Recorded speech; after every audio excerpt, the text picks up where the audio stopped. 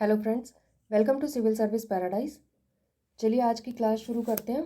आज की क्लास शुरू करने से पहले कुछ मैं अपने बारे में आपको बता दूं। मेरा नाम अनुपम राठौर है और मैंने बीटेक किया है सीएस से। मैंने हिंदी लिटरेचर से एमए किया है और मैं 2 बार यूपीएससी मेंस दे चुकी हूँ और मैंने 5 बार यूपीपीसीएस का मेंस दिया है, जिसमें से मैंने 2 बार यूपीपीसीएस का इंटरव्यू फेस किया है और मैंने 3 बार यूपीपीसीएस आरओ आरओ का मेंस दिया हुआ है। तो आप लोग मेरे बारे में तो जान ही गए। अब चलिए आज की क्लास शुरू करते हैं। चलिए आज हम पढ़ेंगे दर्रे। दर्रे के बारे में हम एक एक दर्रे के बारे में पढ़ेंगे, पर पहले हम उसको डायग्राम में देख लेते हैं कि कौन कौन से हैं। उससे पहले आपको बता दूं कि दर्रे होते क्या हैं। बेसिकली दर्रे जो है किसी पर्वत या पहाड़ी के बीच में स्थित एक सकरे मार्ग की तरह होते हैं। जैसे ये रहा है पर्वत और इसके बीच में आ गया एक सकरा मार्ग होता है या निचला भाग होता है, जिससे हम क्या करते हैं, स्थल मार्ग देते हैं। इनको क्या कहा जाता है, दर्रा कहा जाता है। तो अब देखते हैं हम एक एक दर्रे के बारे में।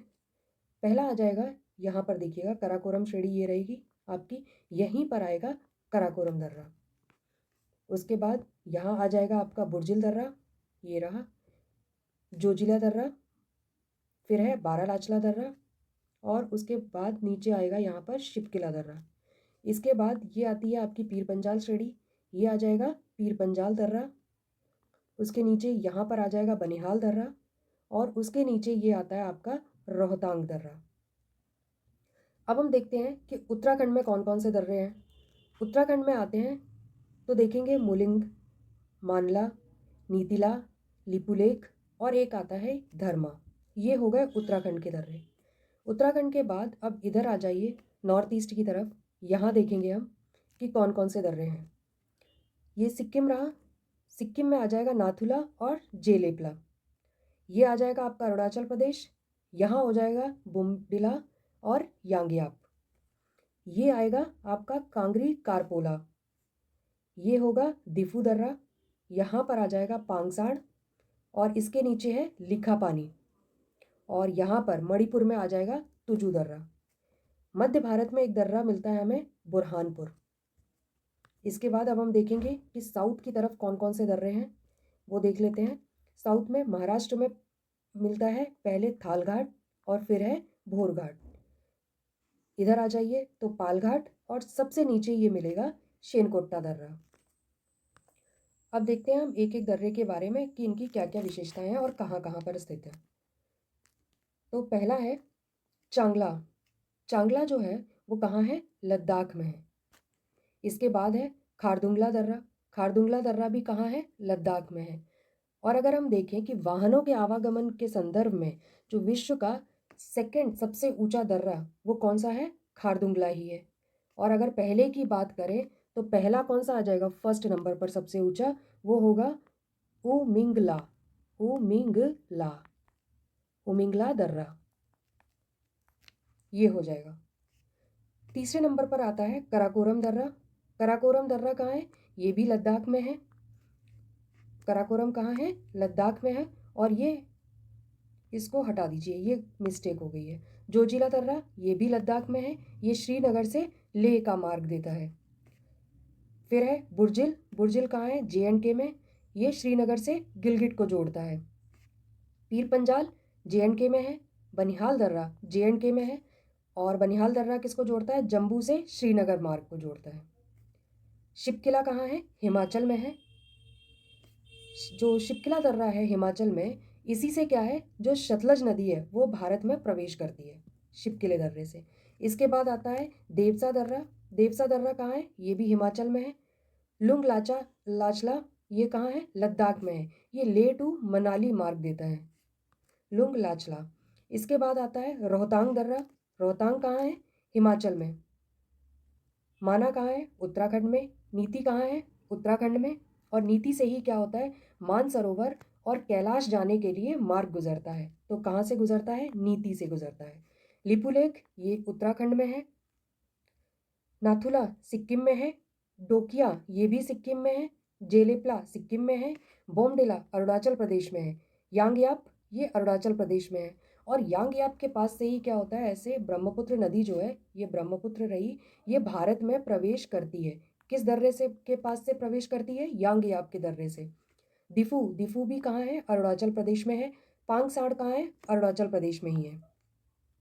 इसके बाद आता है तुजू दर्रा। तुजू दर्रा कहाँ है? मणिपुर में है। थालघाट कहाँ है? ये महाराष्ट्र में है और ये मुंबई से नासिक के लिए मार्ग जाता है। भोरघाट महाराष्ट्र में है, ये मुंबई से पुणे के लिए मार्ग जाता है। पालघाट कहाँ पर है? पालघाट केरल में है। अब चलिए आगे चलते हैं। कुछ पॉइंट्स हैं जिनको हम देख लेते हैं जो एग्ज़ाम के लिए बहुत इंपॉर्टेंट है। तो पहला है कि भारत के सबसे बड़े हिमनद कौन कौन से हैं। ये यूपी पीसीएस में पूछा भी जा चुका है कि भारत का सबसे बड़ा हिमनद कौन सा है। तो सबसे बड़ा हिमनद पहले नंबर पर आता है सियाचिन। सियाचिन का क्षेत्र कितना है? 72 किलोमीटर है। दूसरे नंबर पर आता है हिस्पर। हिस्पर का कितना है? 61 किलोमीटर है। तीसरा आ जाएगा आपका बियाफो। चौथा बाल्टोरा, फिर बाटुला, फिर चोगालुग्मा और उसके बाद आता है रीमो। जो ये ऊपर के हैं दर्रे, ये कराकोरम में है, कराकोरम श्रेणी में। और रीमो जो है वो कहाँ है? कश्मीर में है। रीमो कहाँ है? कश्मीर में है। अब हमने हिमालय की पर्वत चोटियाँ पढ़ी हैं, पर पर्वत चोटियों के साथ उनका क्रम भी है। तो अब हम देखेंगे कि हिमालय की जो पर्वत चोटियाँ हैं उनका क्रम पूर्व से लेकर पश्चिम में किस क्रम में है वो। तो सबसे पूर्वी की बात करें तो कौन सी आ जाएगी? नामचा बरवा। उसके बाद आती है कुला कांगड़ी, फिर आता है कंचनजंगा, मकालू, उसके बाद माउंट एवरेस्ट, फिर है गौरी शंकर, फिर है गोसाई धान, फिर है मंशालू, उसके बाद आ जाएगा अन्नपूर्णा, फिर है मुरला मंदाता, उसके बाद आ जाएगा नंदा देवी, फिर त्रिशूल, कामेत, बद्रीनाथ, गशेरबूम, केटू गाडविनास्टीन, महेसेरबूम, नंगा पर्वत और राकापोशी। ये क्रम है पूरब से पश्चिम हिमालय की चोटियों का। इसके बाद देखेंगे कि हम हिमालय में जो हिम रेखा है वो क्या होती है। हिमालय में हिम रेखा की ऊंचाई जो है वो अलग अलग है हर हिमालय की। जैसे हमने देखा हिमालय ही बटा हुआ है, तो वैसे ही हिम रेखा भी उनकी अलग अलग है। पर सबसे पहले हम देखते हैं कि हिम रेखा क्या होती है। हिमानी यानी कि ग्लेशियर की जो निचली सीमा होती है उसको क्या कहा जाता है? हिम रेखा कहा जाता है। और जो हिम रेखा है वो कई कारकों पर निर्भर करती है, जैसे अक्षांश, और क्या आ जाएगा? वर्षा की मात्रा, वर्षा की मात्रा, सॉरी थोड़ी हैंडराइटिंग गड़बड़ आ रही है। और तीसरा आ जाएगा स्थलाकृति। अब देखते हैं कि हम अलग अलग हिमालय की जो हिम रेखा है उसकी ऊंचाई कितनी है। तो अगर हम औसत की बात करें, औसत हिम रेखा, तो वो आ जाएगी 4300 से लेकर 6000 मीटर तक। और अगर हम देखें महान हिमालय की बात करें तो 4500 से लेकर 6000 मीटर के बीच है। पश्चिमी हिमालय जो है उसकी हिमरेखा ज़्यादा है, कितनी है? 5800 मीटर। और पूर्वी हिमालय की कितनी है? कम है, 4300 मीटर। क्लियर हो गया ये? अब देखते हैं, हम आगे चलते हैं। हाँ, अब आ जाइए, एक पॉइंट है कि विश्व के सबसे बड़े ग्लेशियर कौन से हैं। तो सबसे पहला आ जाएगा, कौन सा होगा? फेटचेनको ग्लेशियर। ये कहाँ है? पामीर क्षेत्र में है। कहाँ पर है? पामीर क्षेत्र में है। और दूसरे नंबर पर आ जाएगा सियाचिन। ये भारत का भी सबसे बड़ा ग्लेशियर है। अब ये तो हो गई हिमालय की सारी कहानी। अब हम पढ़ेंगे प्रायद्वीपीय पठार के बारे में। तो प्रायद्वीपीय पठार हमने क्या क्या पढ़ लिया? हिमालय पढ़ लिया है, दर्रे पढ़ लिए हैं। अब आएगा प्रायद्वीपीय पठार का नंबर। प्रायद्वीपीय पठार में चलिए पढ़ते हैं। ये क्या है? प्राचीन गोंडवाना भूमि का भाग है। तो प्रायद्वीपीय पठार किसका भाग है? गोंडवाना भूमि का भाग है। जो प्रायद्वीपीय पठार होते हैं ये सपाट भूमि सारे टाइम क्या होता है? दृढ़ और अगम्य खंड के रूप में बनी रहती है। इसीलिए इसको क्या कहा जाता है? उत्खंड भी कहा जाता है पठार को। पठार को क्या कहते हैं हम? उत्खंड। ठीक है, उत्खंड कहते हैं। आकृति कैसी है प्रायद्वीपीय पठार की? त्रिभुजाकार है। और अगर हम इसके विस्तार की बात करें तो कितने वर्ग किलोमीटर में फैला हुआ है ये? 16 लाख वर्ग किलोमीटर में फैला हुआ है। औसत ऊंचाई इसकी कितनी है? 600 से लेकर 900 मीटर तक है। अगर हम बात करें इसकी ढाल की तो इसका ढाल जो है वो यहाँ मिस्टेक है थोड़ी सी, उत्तर तथा पूर्व, यहाँ पे तथा, उत्तर तथा पूर्व की ओर है। पर यही अगर दक्षिण में हम आ जाएं, प्रायद्वीपीय पठार के दक्षिण में, तो क्या होगा? इसका ढाल वो पश्चिम से पूर्व की ओर होगा। अब देखते हैं, ये रहा हमारा भारत का नक्शा, प्रायद्वीपीय पठार नीचे हिस्सा। यहाँ पर क्या आ जाएगा? ये नदियाँ कैसे निकल रही हैं, कुछ नदियाँ ऐसी जा रही हैं और कुछ ऐसी जा रही हैं, तो इनका ढाल कैसा हो गया उत्तर की तरफ, एक उत्तर और दूसरा पूर्व की तरफ। पर यही अगर दक्षिण की बात करो तो ये ढाल जो है वो इस तरफ है, यानी कि पश्चिम से पूर्व की ओर है। नेक्स्ट देखते हैं हम, यह भारतीय उपमहाद्वीप का सबसे प्राचीनतम भूखंड है। तो भारतीय उपमहाद्वीप का सबसे प्राचीनतम भूखंड कौन सा हो जाएगा, प्रायद्वीपीय पठार होगा। अब हम देखेंगे कि नर्मदा और तापी की जो भ्रंश घाटियां हैं वो इसको दो भागों में बांटती हैं, प्रायद्वीपीय पठार को। कौन कौन से, एक उच्च मध्यवर्ती भूमि और दूसरा दक्कन का पठार। अब एक एक करके इनको देखेंगे, पहले दोनों के नाम देख लीजिए क्या क्या है। जो उच्च मध्यवर्ती भूमि है उसमें कौन कौन सी आ जाएंगी, अरावली श्रेणी आएगी, पूर्वी राजस्थान की भूमि आएगी, पूर्वी राजस्थान की जो उच्च भूमि है वो आएगी, फिर मालवा का पठार आएगा, बुंदेलखंड का पठार आएगा, विंध्याचल बघेलखंड का पठार होगा, छोटा नागपुर का पठार होगा और मेघालय का पठार होगा।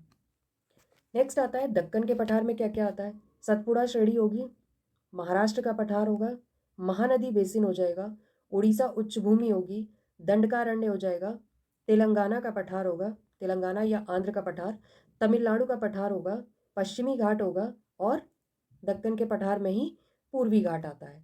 अब देखेंगे इनके बारे में हम एक एक करके, जो नॉट सो इम्पॉर्टेंट है उनके बारे में ज़्यादा नहीं पढ़ेंगे, पर जो जिसमें थोड़ा बहुत इम्पोर्टेंस है या जिसमें पर्वत चोटी पठार हैं नाम है उनके, वो देखेंगे हम। तो पहली आती है अरावली।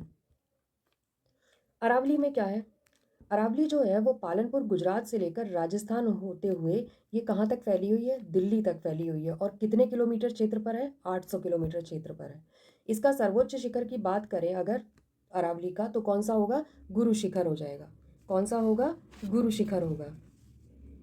और ये क्या है, अरावली अवशिष्ट पर्वत है, ठीक है। बहुत टाइम पहले पर्वत था जो अपर्दन की वजह से घट घट के ये किस फॉर्म में रह गया है, अवशिष्ट पर्वत के फॉर्म में रह गया है।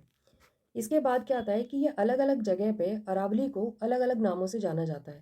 जैसे अरावली को ही जरगा पहाड़ियाँ कहा जाता है, मारवाड़ की पहाड़ियाँ कहा जाता है, हर्षनाथ कहा जाता है और दिल्ली रिज कहा जाता है। अब हम देखते हैं जो जरगा पहाड़ियों का नाम है ये कहाँ कहा जाता है, इसको उदयपुर में। मारवाड़ की पहाड़ियाँ मारवाड़ में कहीं जाएंगी। हर्षनाथ कहाँ है, हर्षनाथ अलवर में, अलवर यानी कि राजस्थान। और दिल्ली रिज तो है ही उत्तर की तरफ, धुर उत्तर की तरफ, यानी कि दिल्ली में दिल्ली रिज के नाम से जाना जाता है। अब आते हैं मेघालय पठार। मेघालय का पठार में क्या है, 5 पहाड़ियाँ इसमें शामिल है मेघालय के पठार में। कौन कौन सी हैं, गारो, खासी, जैंतिया, मिकिर और रेगमा। तो मेघालय पठार की जो 5 पहाड़ियाँ हैं वो कौन कौन सी हैं, गारो, खासी, जैंतिया, मिकिर और रेगमा है। अब ये हो गया। इसके बाद हम देखेंगे दक्कन के पठार की बात करें तो दक्कन का पठार जो है वो कितने वर्ग किलोमीटर में फैला हुआ है, 7 लाख वर्ग किलोमीटर में विस्तृत है ये। अगर इसकी औसत ऊंचाई की बात करें तो 500 से 1000 मीटर की बीच है। इसका निर्माण जो है वो कैसे हुआ है, ज्वालामुखी क्रिया द्वारा हुआ है। अतः यहाँ पे क्या होगा, ज्वालामुखी क्रिया से अगर निर्माण हुआ है तो वहाँ कौन सी मिट्टी पाई जाएगी, ऑब्वियसली काली मिट्टी पाई जाएगी। ये हो गया। अब इस प्रायद्वीपीय पठार से आप दक्कन के पठार से सॉरी कंफ्यूज मत होइएगा, वो है प्रायद्वीपीय पठार। प्रायद्वीपीय पठार जो है वो हमने अभी पढ़ा था, प्रायद्वीपीय पठार, ठीक है। ये 2 भागों में बटा हुआ था, एक उच्च मध्यवर्ती भूमि और दक्कन का पठार।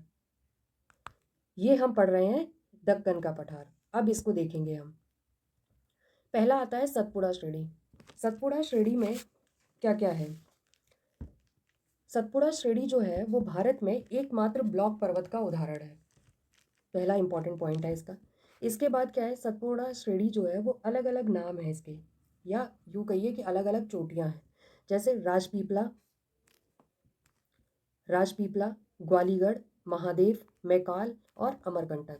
राजपीपला कहाँ है, गुजरात में है। ग्वालीगढ़ कहाँ है, महाराष्ट्र में है। महादेव मध्य प्रदेश में है। मैकाल मध्य प्रदेश में है।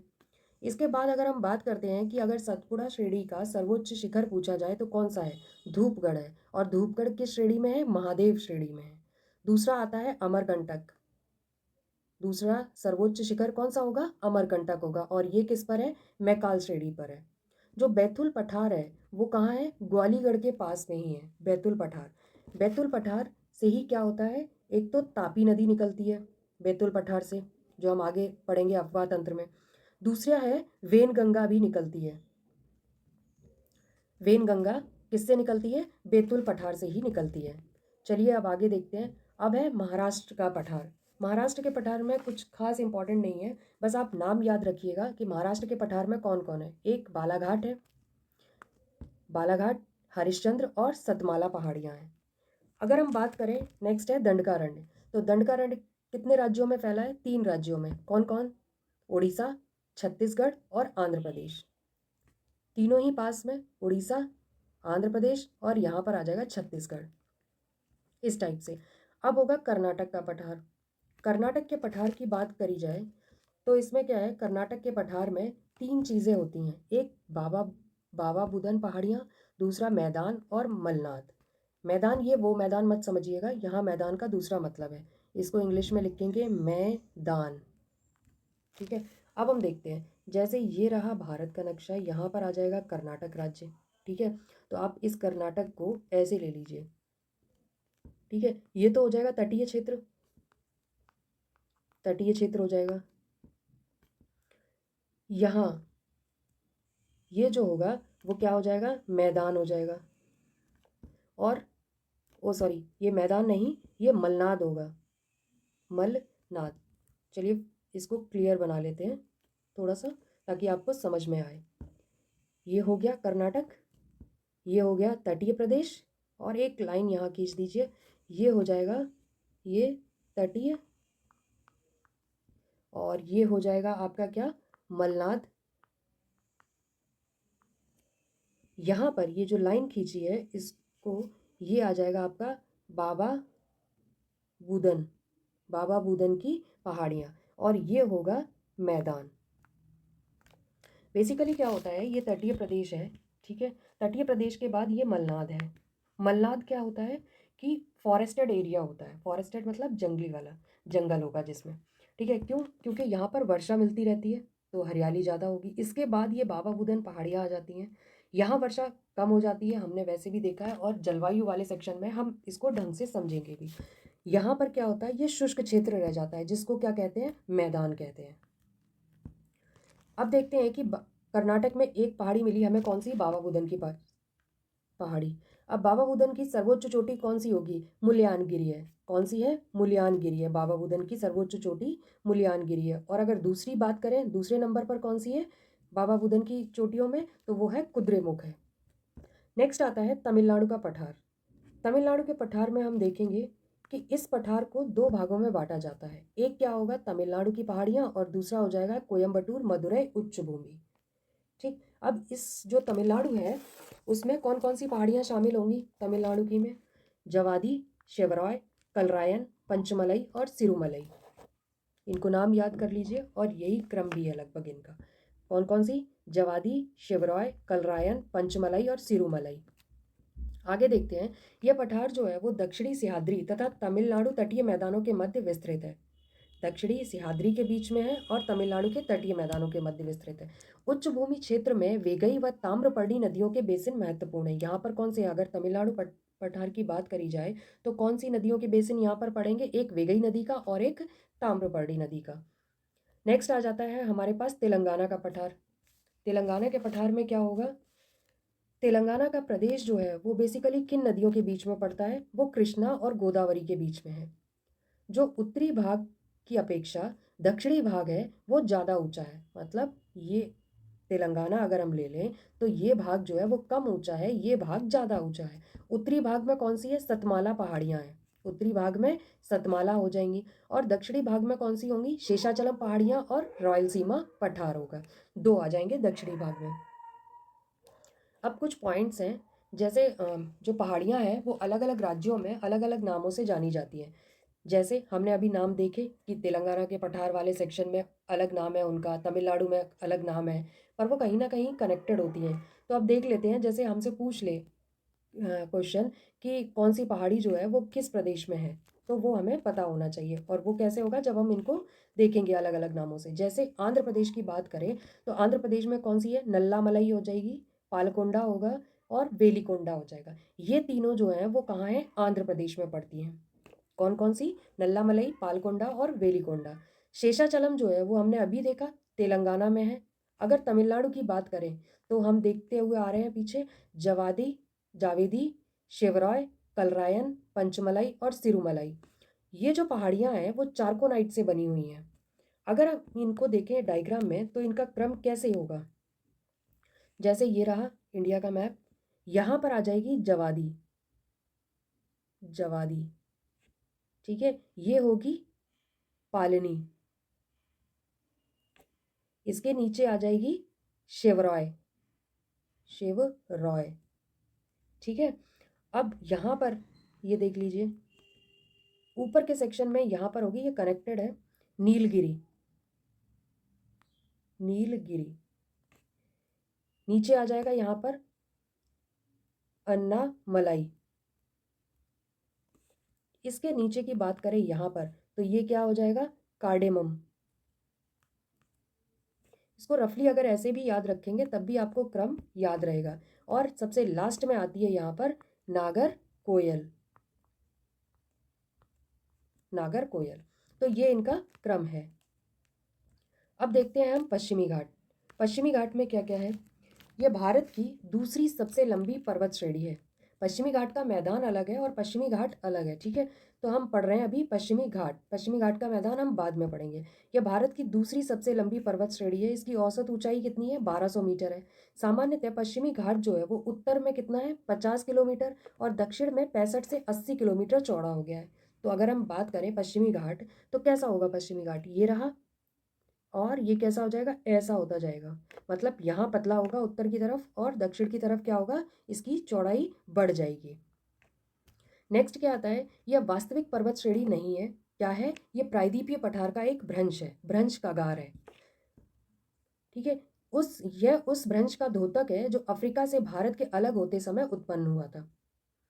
तो सह्याद्री को दो भागों में हम विभक्त करते हैं, एक क्या होगा, उत्तरी सह्याद्री और दूसरी दक्षिणी सह्याद्री। जो 16 डिग्री उत्तरी अक्षांश रेखा है वो क्या करती है, इन दोनों के मध्य से गुजरती है और यही डिवाइड करती है इनको उत्तरी और दक्षिणी सह्याद्री के रूप में। अब नेक्स्ट देख लेते हैं हम पश्चिमी घाट के बारे में। जो उत्तरी सह्याद्री है इसका सर्वोच्च शिखर कौन सा है, कलसूबाई है उत्तरी सह्याद्री का, और ये किस श्रेणी का है, हरिश्चंद्र श्रेणी में है। दूसरी सर्वोच्च शिखर की बात करें या दूसरी सबसे ऊंची चोटी की बात करें तो वो कौन सा होगा, महाबलेश्वर हो जाएगा। महाबलेश्वर से ही क्या होती है, कृष्णा नदी निकलती है। अगर दक्षिणी सह्याद्री की बात करें तो सर्वोच्च शिखर कौन सा होगा, कुद्रेमुख हो जाएगा, और दूसरा पुष्पगिरी होगा। जो नीलगिरी है वो एक पर्वत ग्रंथि है। पर्वत ग्रंथि का मतलब यही रहा पश्चिमी घाट और ये रहा पूर्वी घाट, ये यहाँ पे आके मिल गया है नीलगिरी पर, ठीक है।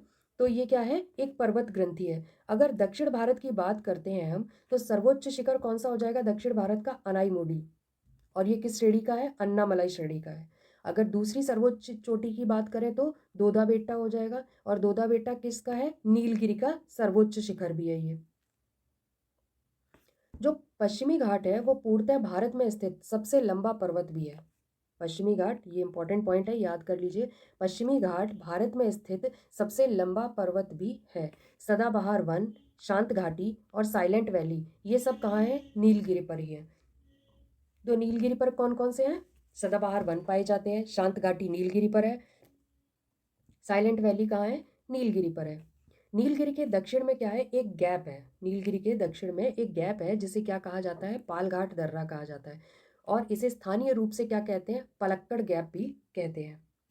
अब देखते हैं हम जो तमिलनाडु और केरल में पहाड़ियाँ हैं जैसे अन्नामलाई, इलायची, पालनी, नागरकोइल, ये सब किस किस राज्य में पड़ती हैं।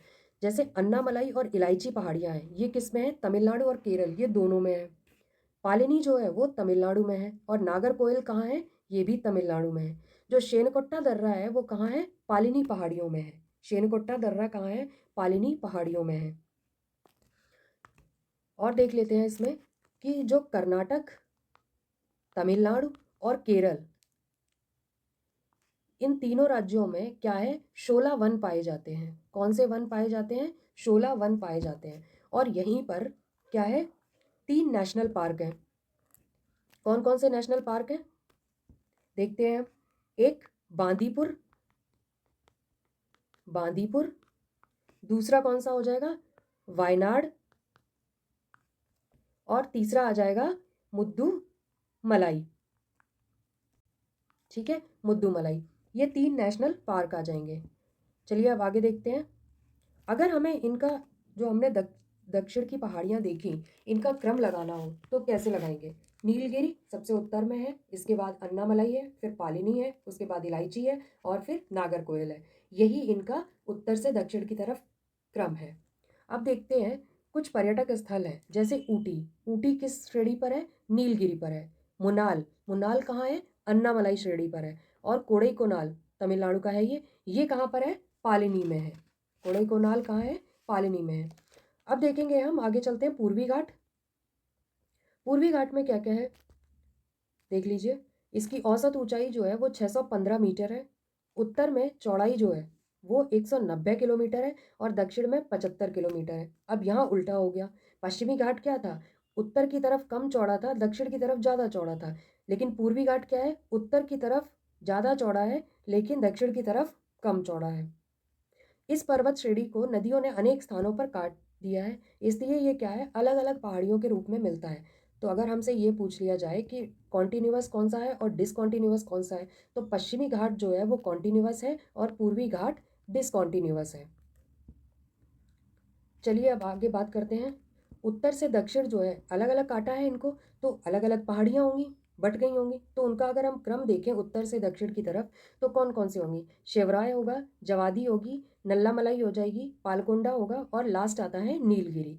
नीलगिरी के बाद वो दक्षिण में चला जाता है सारा। अगर पूर्वी घाट की उच्चतम चोटी की हम बात करें तो कौन सी हो जाएगी? विशाखापट्टनम होगी। कौन सी होगी? विशाखापट्टनम। और दूसरी महेंद्रगिरी है। नेक्स्ट आता है तमिलनाडु में ये पहाड़ियाँ जो है वो काफ़ी पेचीदा मतलब मिक्स होके फैली हुई हैं। तो इनका अगर हम क्रम देखें, पश्चिम से दक्षिण पश्चिम का क्रम है इनका। कौन कौन सी आ जाएंगी? जवादी, हम अभी लगातार यही सीक्वेंस देखते आ रहे हैं तो याद भी हो गया होगा अब तक। तो जवादी पहाड़ियाँ हैं, जिंजी पहाड़ियाँ हैं, कुल्लामलाई पहाड़ियाँ हैं, पंचामलाई पहाड़ियाँ हैं। जो कुल्लामलाई पहाड़ियाँ और पंचामलाई पहाड़ियाँ हैं ये कहाँ है? तिरुचिरापल्ली में है। इसके बाद शिवरॉय है, गोडूमलाई है और फिर नीलगिरी आती है। दक्षिणी पहाड़ियों पर क्या है? सागवान और चंदन के वृक्ष पाए जाते हैं। जो दक्षिण की पहाड़ियाँ हैं वो उन पर क्या होते हैं? सागवान और चंदन के वृक्ष पाए जाते हैं। नेक्स्ट हम देखेंगे शोलावन। शोलावन हमने देखा ही कि नीलगिरी पर पाए जाते हैं, नीलगिरी के दक्षिण में आ जाएंगे शोलावन। ये कुछ फैक्ट्स हैं जिनको याद कर लीजिए, इंपॉर्टेंट है। तो शोलावन कहाँ हो गए? ये नीलगिरी के दक्षिण में हो गए। प्रायद्वीपीय पठार के उत्तरी भाग का ढाल क्या है? हमने अभी देखा कि प्रायद्वीपीय पठार के उत्तरी भाग का ढाल उत्तर है। सतपुड़ा पहाड़ी के नीचे के प्रायद्वीपीय ढाल का जो प्रायद्वीपीय पठार है उसका ढाल जो है वो कहाँ है? पूर्व की तरफ है। तो सतपुड़ा से पहले वाले का क्या है? उत्तर की तरफ है। और सतपुड़ा से नीचे वाले का कहाँ है? पूर्व की तरफ है।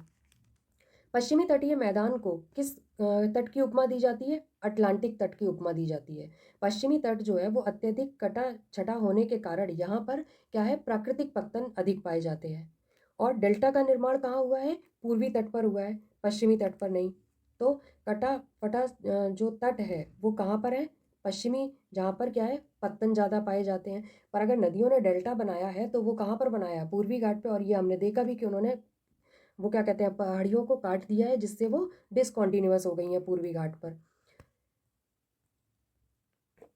जो डेल्टा का निर्माण हमने पढ़ा पूर्वी घाट पर हुआ है। नदियों ने पूर्वी तट पर डेल्टाओं का निर्माण किस वजह से किया है? उन्मग्नता के कारण किया है। पूर्वी तटीय तथा पश्चिमी तटीय मैदानों का निर्माण सागरीय तरंगों द्वारा अपरदन व निक्षेपण और पठारी नदियों द्वारा लाए गए अवसादों के जमाव से हुआ है। तो हम बात करें कि पूर्वी तटीय मैदान और पश्चिमी तटीय मैदान है। ये रहा भारत का नक्शा, ये हमने पढ़ा पहाड़ियाँ। इसके बाद वाला हिस्सा ये जो है ये पूर्वी और पश्चिमी तटीय मैदान हो जाएगा। अब इनका जो निर्माण है वो किस किस वजह से हुआ है वो हम देखते हैं। एक तो सागरीय तरंगों द्वारा अपरदन से और निक्षेपण से। फिर क्या है? पठारी नदियों द्वारा लाए गए अवसादों के जमाव से हुआ है। चंदन वनों के लिए कौन सी श्रेणी फेमस है? मेला या मलयगिरी पर्वत फेमस है। एशिया का प्रथम समुद्री जीवमंडल संरक्षण क्षेत्र कौन सा है? मन्नार की खाड़ी है। कौन सा है? मन्नार की खाड़ी है। भारत में चाय और कॉफ़ी जो है वो एक साथ उगाई जाती है। कहाँ पर उगाई जाती है? नीलगिरी पहाड़ियों में कर्नाटक में, ये एक ही जगह होता है। पूर्वी घाट की पहाड़ियाँ अवशिष्ट हैं, जहाँ लैट्रीकरण की प्रक्रिया के कारण बॉक्साइट खनिज की अधिकता है। पूर्वी घाट की जो पहाड़ियाँ हैं वो अवशिष्ट हैं, इसी वजह से क्या होता है, वहाँ लैट्रीकरण की प्रक्रिया होती है और जिससे क्या बनता है, बॉक्साइट खनिज की वहाँ पर अधिकता पाई जाती है। भारत में पर्वतों का राजा किसको कहते हैं? हिमालय को कहते हैं। और रानी किसको कहते हैं? नीलगिरी को कहते हैं। जो कयाल हैं, कयाल किस तट की विशेषता है? कयाल एक्चुअली केरल तट की विशेषता है और ये क्या होती हैं? लैगून झीलें होती हैं। तो आज की क्लास यहीं ख़त्म करते हैं, कल हम पढ़ेंगे उत्तर भारत का मैदान। तो चलिए, थैंक यू, और प्लीज़ हाँ, लाइक और सब्सक्राइब ज़रूर करिएगा। Thank you very much.